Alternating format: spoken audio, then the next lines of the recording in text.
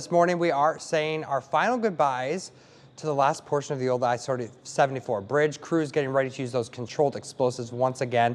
And we have our Charles Hart joining us from Leach Park in Bettendorf with really the best seat in the house. Good morning, Charles.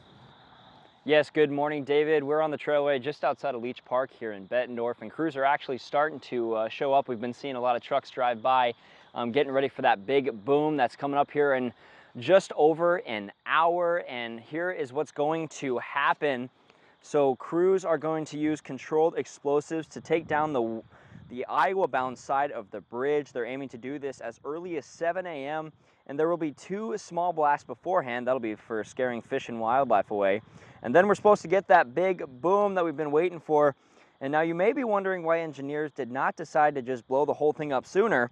Well, experts have been concerned with pollution. They did not want an uncontrolled amount of rubble ending up in the water, so they've been carefully dismantling the bridge up until this point. Now, crews are then taking the portions of the old bridge to be recycled. Our own Jenna Webster shows us what that process looks like from when they did this back in June for the Illinois-bound side of the bridge. For months now, all eyes have been fixed above the Mississippi River, as we've watched a piece of history come down one small section at a time. I remember them building the span across. All leading up to one final moment where history goes out with a bang. But what comes down must eventually end up somewhere else. Dell's Metal Company and Midwest Recyclers are tasked with that next step of the process.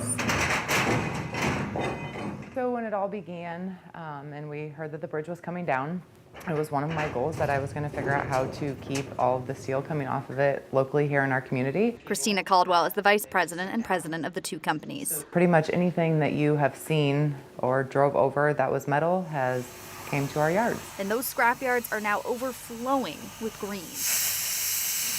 Millions and millions of pounds. Where the old starts to get scrapped into something new.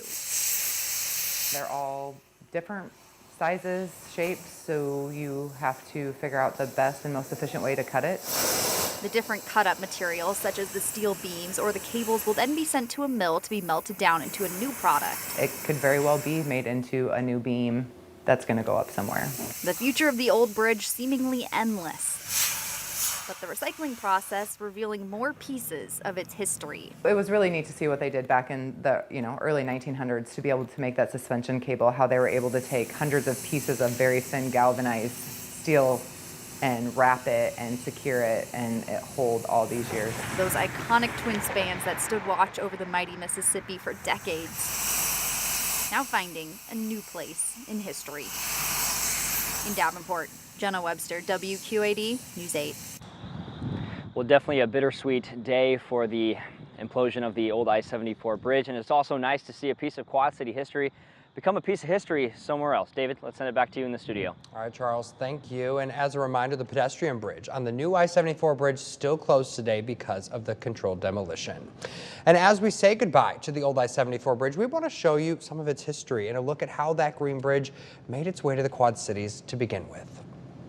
In the 1930s, the first span of what's now called the old I-74 bridge was erected.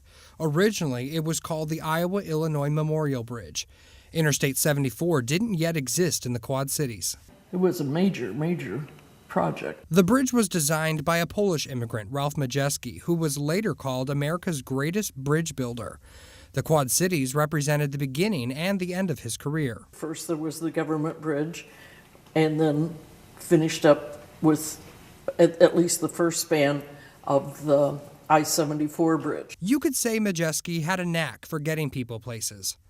As time went on and the population of the Quad Cities grew, the need to get more people across the mighty Mississippi also grew. We've gone through this process before with when the Interstate 74 went through, so it's just history repeats itself. In the 1950s, plans to bring Interstate 74 to the Quad Cities were being drawn, and they included the second span. Plans were published in the Daily Dispatch. The newspaper cost 10 cents, and it was 66 pages. In 1968, during the Vietnam War, work stopped on the historic Interstate 74 project because of a shortage of federal funds.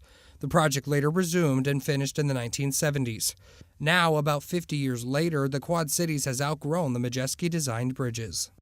And some of that history will always be on display right here in the Quad Cities. You may remember a portion of the old suspension bridge cross frame was given to the Putnam Museum.